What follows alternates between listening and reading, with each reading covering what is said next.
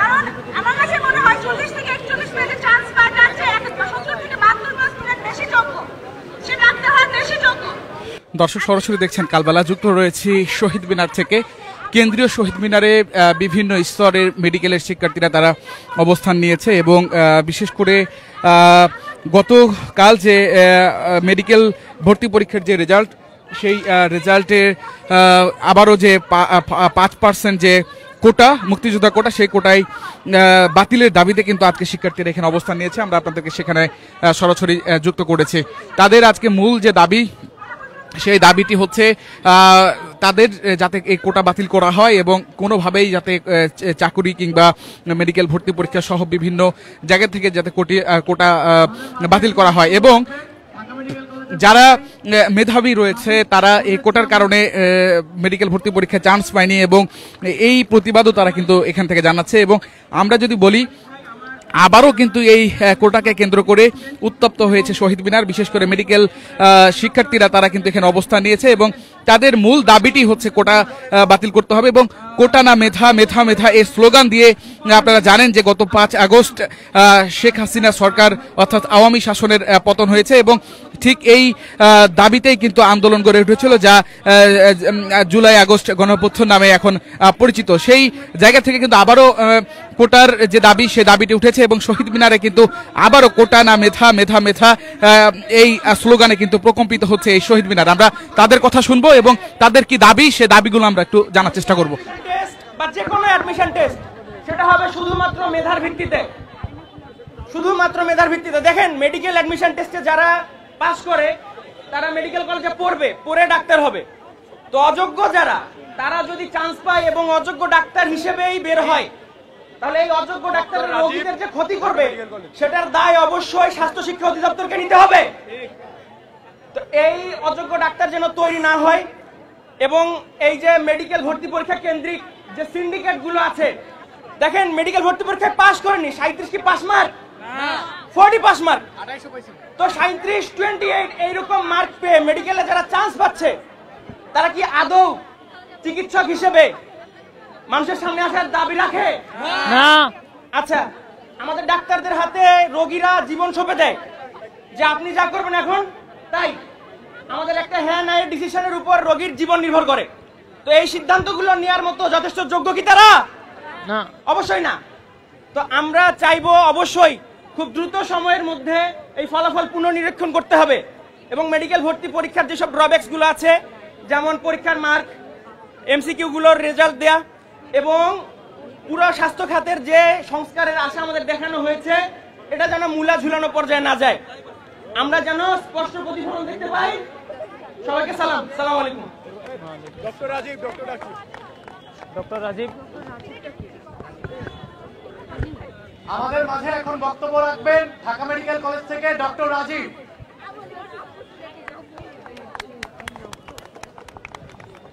আসসালামু আলাইকুম।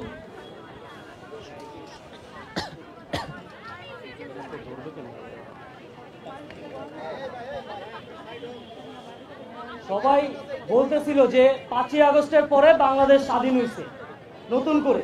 আসলে কি বাংলাদেশ স্বাধীন হয়েছে? হয় নাই।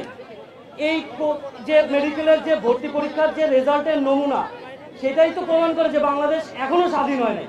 এখনো সেই স্বৈরাচার শাসক আওয়ামী লীগের যে দোসররা যে নিয়ম করে গিয়েছিল যে কোটা প্রথা চালু থাকা, সেই কোটা প্রথার বেসিসেই কিন্তু এই মেডিকেল ভর্তি পরীক্ষার রেজাল্টটা পুনরায় হয়েছে।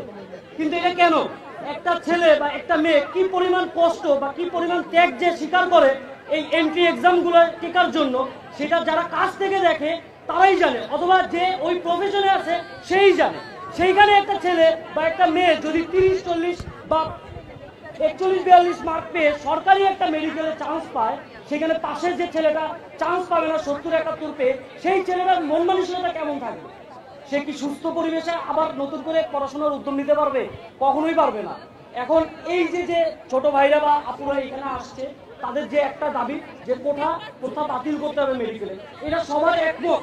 এটা আমরা যারা চিকিৎসক আছি, যারা আমাদের বড় বড় সাহাবারা আছেন, তারাও এটার প্রতি একমত। কারণ এই আন্দোলনটাই হয়েছিল এই কোঠা নিয়ে। 24-এর কোঠা আন্দোলন থেকে শুরু করে এই সরকার পতন হয়েছিল, তাহলে সেইখানে এখনো কিভাবে এই কোটাগুলো বহাল থাকে? এখনো কিভাবে ওই আব্দুল ওয়াহাব স্যার যে বলে গেছে এসি রুমে বসলেই কি সবার মাথা ঠান্ডা হয়ে যায়? আমারও সেই প্রশ্ন যে ওইখানে যারা বসেন তারা কি আপনারা আসলেই যাদের মাথা ঠান্ডা হয়ে যায়, বা তারা কি এই বাচ্চাদের কথা চিন্তা করেন না যারা দিন রাত 24 ঘন্টা পড়াশোনা করে ভালো মার্ক পেয়েও চান্স পায় না সরকারি মেডিকেল কলেজগুলোতে, সেইখানে ঢুকে পড়ে যারা কম মার্ক পেয়েছে তারা কিভাবে তাদের দাদা দাদি মুক্তিযুদ্ধ কোটা ছিল তাদের মাধ্যমে। আমরা মুক্তিযোদ্ধাদের প্রতি যথেষ্ট সম্মান, রেসপেক্ট সবকিছুই আছে আমাদের তাদের প্রতি, কিন্তু এইটা কি ঠিক যে তার ছেলেও সেই কোঠার বহালে এইভাবে চলতে থাকবে? এটা হইতে পারে না। এটা নতুন একটা বৈষম্য, আবারও সেই বৈষম্যের সূচনা করে। ধন্যবাদ সবাই।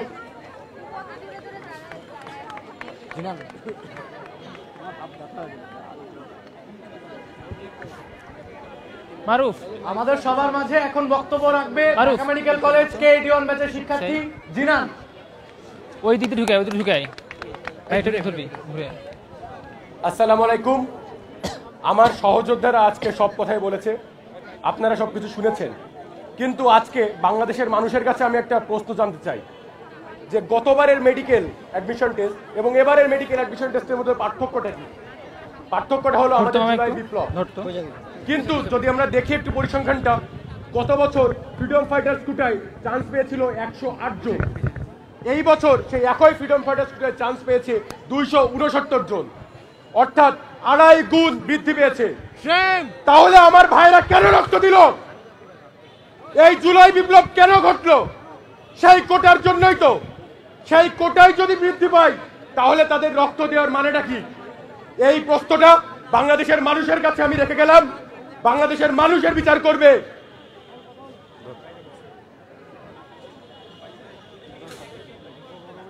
আমাদের মাঝে এখন বক্তব্য রাখবেন সোহরাওয়ার্দী মেডিকেল কলেজ থেকে ইকবাল।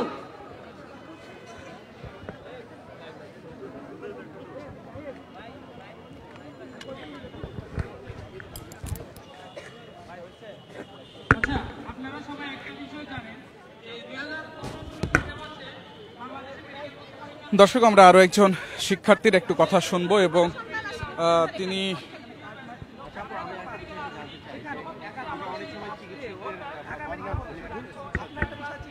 বলবেন যে যারা কম মার্ক পায় বা যারা আসলে সে অর্থে যোগ্য না, সেইসব শিক্ষার্থী যখন ডাক্তার হয়ে যায় তারা কি ভুল চিকিৎসা দেয় কিনা বা রয়েছে? অ্যাকচুয়ালি কোনো চিকিৎসকই কিন্তু ভুল চিকিৎসা দিতে চায় না, ডেফিনেটলি চায় না। চিকিৎসার ভুল আমাদের সবার দ্বারাই হয়, চিকিৎসকের দ্বারাও হয়, কিন্তু হাইলাইটেড হই আমরা খালি চিকিৎসকেরা।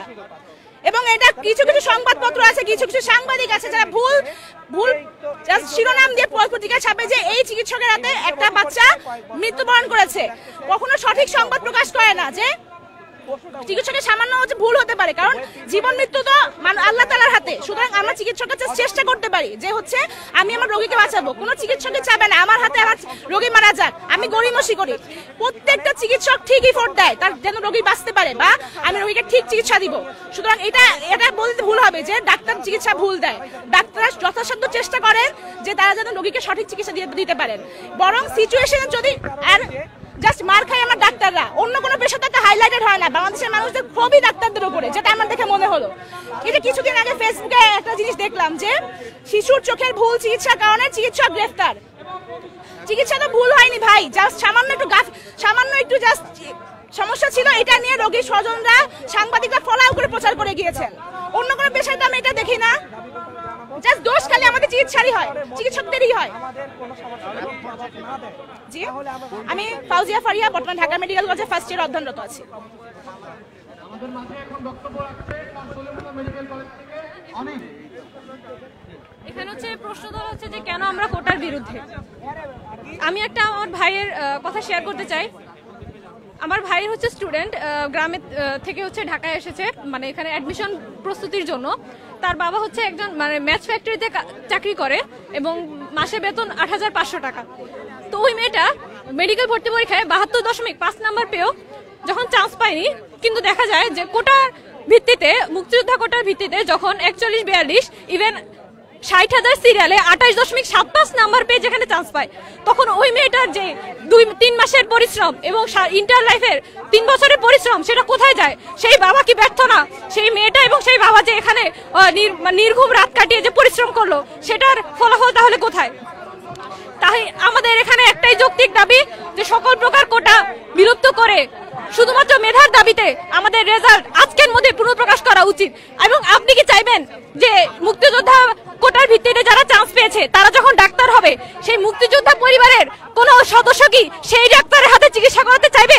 তাদেরকে সেই আস্থা থাকবে যে আমি এই যে 5 নাম্বার না তুলে যখন চান্স পেয়েছে আমি এই ডাক্তারের হাতে নিজের চিকিৎসা করাবো, নাকি তারা একজন ভালো মেডিকেলের যোগ্য শিক্ষার্থীর যোগ্য ডাক্তারের হাতে তারা চিকিৎসা করাবে?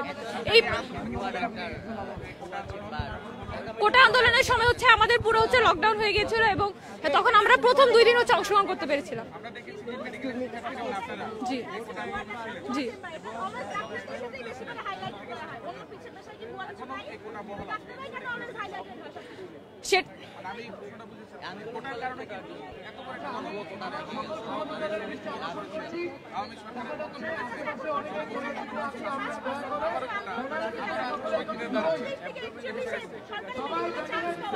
আচ্ছা, তো এই কোটা প্রথার কারণেই আমাদের সেই হচ্ছে 16 জুলাই আমাদের হচ্ছে আবু সাইদ ভাই হচ্ছে শহীদ হয়েছিলেন এবং এই প্রশ্নটাই কিন্তু আমাদের মেডিকেল পরীক্ষায় এসেছে, যেখানে পরীক্ষার প্রশ্নে আবু সাইদের মৃত্যুর তারিখ জিজ্ঞাসা করা হয়। সেই পরীক্ষার ফলাফলে কিভাবে হচ্ছে পাস মার্ক ছাড়া কোটার ভিত্তিতে শিক্ষার্থীদের অযোগ্য শিক্ষার্থীদের ভর্তির সুযোগ করে দেওয়া হয়, এমনকি যাদের কাট মার্ক 73-এর নিচে তারা কিভাবে ঢাকার মতো মেডিকেলে পড়ালেখার সুযোগ পায়? তাহলে সেই ভাই যারা হচ্ছে নিঃস্বার্থভাবে আমাদের জন্য রক্ত দিয়েছিল, আমাদের মেধার যৌক্তিক দাবির জন্য রক্ত দিয়েছিল, তাদের রক্তটা কি বৃথা যায়নি? তাহলে আমাদের এটাই দাবি যে সেই কোটা প্রথার জন্য আমাদের আজকের পরবর্তীতে আর কোনো দিন কোনো সময় কোনো সরকারি চাকরি, মেডিকেল ভর্তি পরীক্ষা, বিশ্ববিদ্যালয় কোনো কিছুর জন্য আমাদের আর নিজেদের পড়াশোনা ছেড়ে দেশের জন্য আমাদের আর এখানে দাঁড়াতে বাধ্য করতে না করা হয়। তাই আমাদের সকলের দাবি হচ্ছে এই কোটা প্রথা অনতিবিলম্বে বিলুপ্ত করা হোক, আজকের মধ্যে মেডিকেল রেজাল্ট পুনঃপ্রকাশ করে পরীক্ষা পদ্ধতিতে স্বচ্ছতা আনা হোক। মানুষকে সেবা করার সময় শহীদ মিনারে এসে যতটা সময় পার করছে আপনাদের সময়টা কিন্তু আমাদের অনেক বেশি মূল্যবান, এটা একটু বলবেন কেন? জি, আজকে এখানে আমরা যারা Dhaka medical college, Salimullah medical college এবং অন্যান্য আশেপাশের যারা স্টুডেন্টরা একত্রিত হয়েছে একটি যৌক্তিক দাবি নিয়ে। তো যেটা আপনি বললেন যে এখন আমাদের ক্লাস ছিল, আমাদের আইটেম ছিল, আমরা সবকিছু ক্যান্সেল করে এখানে এসেছি। তো এটা অবশ্যই আমাদের জন্য খুবই লজ্জাজনক যে 24-এর এত বড় একটা কোটা আন্দোলন হলো, এত রক্ত গেল, তারপরে এত কিছু হওয়ার পরে আজকে কেন এই প্রথম মেডিকেল অ্যাডমিশন পরীক্ষা হওয়ার পর কেন এই কোটা আন্দোলন নিয়ে আমাদের আবার রাজপথে নামতে হচ্ছে? আমার এক ফ্রেন্ডের জুনিয়র, সে হচ্ছে 84.25 পেয়ে ঢাকা মেডিকেলে চান্স পায় নাই, সেখানে 71 পেয়ে, যেটা কাট মার্কের চেয়েও কম, কাট মার্ক যেখানে 72.5 সেখানে কাট মার্কের চেয়েও কম মার্ক পেয়ে কিভাবে একজন ঢামেকে চান্স পায়? এবং শুধুমাত্র এটিই নয়, পাস মার্ক যেখানে 40 সেখানে 37 পেয়েও অনেকে সরকারি মেডিকেলে ভর্তির সুযোগ পেয়েছে, যেখানে অনেক শিক্ষার্থী দ্বিতীয়বার পরীক্ষা দিয়ে পুরো 1 বছর গ্যাপ দিয়ে অনেক অক্লান্ত পরিশ্রম করে 71.25 72 পেয়েও তারা চান্স পায় নাই, সেখানে পাস মার্ক না পেয়ে ফেল করা শিক্ষার্থী কিভাবে সরকারি মেডিকেলে ভর্তির সুযোগ পায় সেটা খুবই লজ্জাজনক একটি ব্যাপার। এবং 24-এর কোটা আন্দোলনের পর কেন এই ধরনের একটি দাবি নিয়ে আমাদের ক্লাস আইটেম সবকিছু ক্যান্সেল করে কেন আমাদের এখানে এসে দাঁড়াতে হচ্ছে, কেন আমাদের এই এত কিছু বলতে হচ্ছে, এটা খুবই একটা নেক্কারজনক ঘটনা। তো আমাদের এখানে একটাই দাবি যে সকল ধরনের মুক্তিযোদ্ধা কোটা বাতিল করে পুরো সিস্টেম থেকে এফএফ কোটাটা বাতিল করে সবার রেজাল্ট পুনরায় প্রকাশ করা হোক।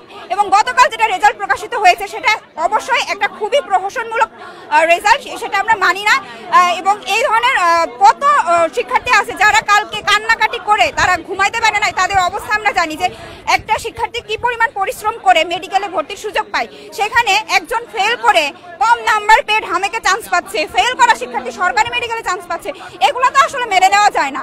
তো সেই জন্যই আজকে আমরা এখানে একত্রিত হয়েছি। আমাদের দাবি একটাই, পুরা সিস্টেম থেকে, পুরা সফটওয়্যার সিস্টেম থেকে জাস্ট এফএফ কোটাটা মাইনাস করে পুনরায় আমাদের মেডিকেল ভর্তি পরীক্ষার রেজাল্ট পুনরায় মেরিট প্রকাশ করা হোক এবং সবাই শুধুমাত্র মেধার ভিত্তিতে যেন ভর্তির সুযোগ পায় এবং বাংলাদেশ থেকে ভালো ভালো ডাক্তার তৈরি হোক, আমরা এটাই চাই।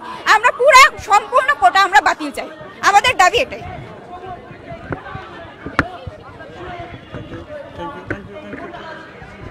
দর্শক সরাসরি দেখছেন কালবেলা যুক্ত রয়েছি শহীদ মিনার থেকে এবং বর্তমান পরিস্থিতি আমরা আপনাদেরকে দেখানোর চেষ্টা করছি। আমরা কথা বলছিলাম মেডিকেল শিক্ষার্থীদের সঙ্গে। তারা এই গতকাল যে মেডিকেল ভর্তি পরীক্ষার রেজাল্ট, সেই রেজাল্ট আবারও সেখানে কোটার যে বিষয়টি সেখানে পরিলক্ষিত হয়েছে এবং তার প্রতিবাদেই কেন কোটা থাকবে এবং সেই কোটাতে কেন চান্স পেয়ে মেধাবীরা ঝরে পড়বে, সেই জায়গা থেকে কিন্তু বিভিন্ন মেডিকেলের শিক্ষার্থীরা ইতিমধ্যেই তারা এখানে মানববন্ধন শুরু করেছে এবং তারা আজকে মূল যে দাবিটি, কোনো প্রকার কোটা আসলে তারা রাখতে চাচ্ছে না এবং সরকারি চাকুরি থেকে শুরু করে বিভিন্ন বিশ্ববিদ্যালয় ভর্তি, মেডিকেল ভর্তি কিংবা ইঞ্জিনিয়ার যে কলেজগুলো রয়েছে সেখানেও যে ভর্তি পরীক্ষা হয় সেখানেও কিন্তু যাতে কোনো প্রকার কোটা না থাকে সেই জায়গা থেকে কিন্তু তারা আজকে এই দাবি জানাচ্ছে। আমরা তাদের সঙ্গে কথা বলছিলাম। আমরা আপনাদেরকে দেখানোর চেষ্টা করছি মেডিকেলের বিভিন্ন শিক্ষার্থীরা তারা কিন্তু আজকে যে দাবি নিয়ে দাঁড়িয়েছে সেই দাবির যে বিষয়টি। আমরা আবারও আপনাদের সঙ্গে যুক্ত হব, সে পর্যন্ত সঙ্গে থাকুন কালবেলার। আমি এতক্ষণ আপনাদের সঙ্গে ছিলাম ইসমু আহমেদ।